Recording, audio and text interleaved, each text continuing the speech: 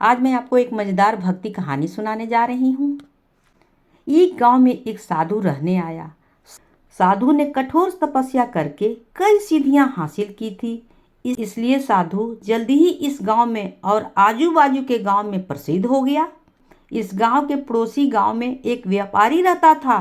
व्यापारी धनवान बहुत था, इसलिए उसके पास किसी चीज की कोई कमी नहीं थी। लेकिन हर आदमी कुछ न कुछ कमी महसूस करता ही है। इस व्यापारी को मन की शांति नहीं थी। व्यापारी मन की शांति पाने के लिए कई तरह के नुस्खे आजमा चुका था, लेकिन किसी में भी उसे सफलता नहीं मिली। गांव के लोगों से साधु के बारे में काफी प्रशंसा सुनने के बाद व्यापारी ने तय किया कि वह इस साधु से जाकर जरूर मिलेगा और उससे उसकी समस्या का समाधान मांगेगा। हो सकता है अपने सीढ़ियों के बल पर वह उसे मन की शांति लाने में मदद करेगा।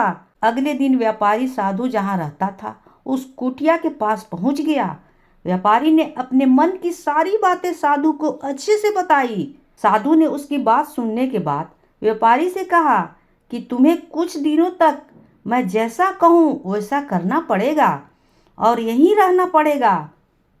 व्यापारी किसी भी तरह से मन की शांति पाना चाहता था, इसलिए वह तैयार हो गया। अगले दिन साधु ने व्यापारी से कहा कि आज के दिन तुम बाहर बैठोगे। साधु ने व्यापारी को एक ऐसी जगह बताई जहां पर उसे बैठना था। सूरज ढलते ही तेज धूप सेठ पर पड़ने लगी। सेठ यह देखकर हैरान था कि साधु खुद कुटिया में अंदर छाया में बैठा है और उसे धूप में बिठा कर रखा है।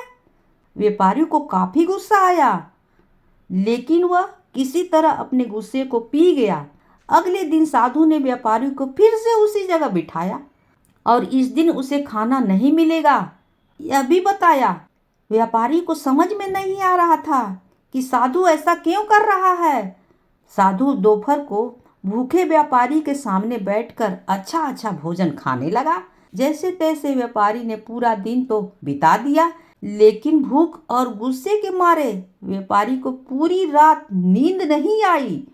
वह पूरी रात यह सोचता रहा कि आखिर साधु उसके साथ ऐसा व्यवहार क्यों कर रहा है। उसे लगा कि साधु उसकी समस्या का हल बताना ही नहीं जानता, इसलिए ऐसा कर रहा होगा।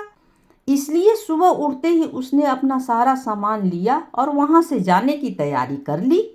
व्यापारी को जाते हुए देखकर साधु ने उसे रोका और अपने पास बुलाया। साधु ने पूछा कि वह क्यों वापस जा रहा है।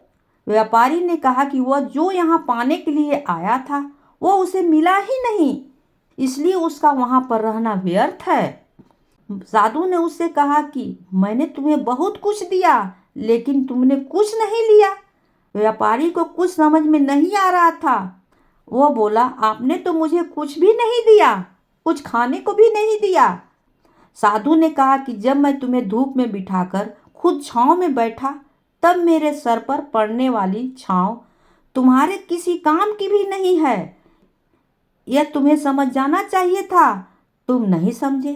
तब मैंने तुम्हें भूखा रखा और तुम्हारे सामने अच्छा अच्छा भोजन खाया, तभी तुम नहीं समझे कि मेरा खाना खाने से तुम्हारा पेट नहीं भरने वाला है।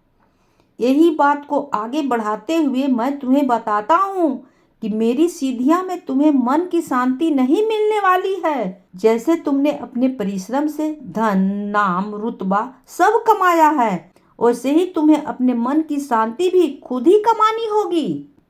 व्यापारी साधु की बात समझ गया और उसने साधु से कहा कि मैं यहाँ किसी ताबीज या किसी वस्तु को पाने की आशा से आया था, लेकिन आपने मुझे उससे भी कीमती चीज दे दी। उसने साधु को धन्यवाद किया और खुशी खुशी अपने घर वापस लौट गया। इस कहानी से हमें यह शिक्षा मिलती है कि हमारे जीवन की परेशानियां हम ही हल कर सकते हैं। हाँ, किसी और से हम उन्हें हल करने का रास्ता जरूर जान सकते हैं, लेकिन कोई और व्यक्ति हमारे लिए कभी हल नहीं कर सकता। इसलिए जो कुछ भी हो, आप खुद अपने आप से ही मन की शांति ढूंढे, उसी में आपको शांति मिलेगी। कहानी होती है समाप्त।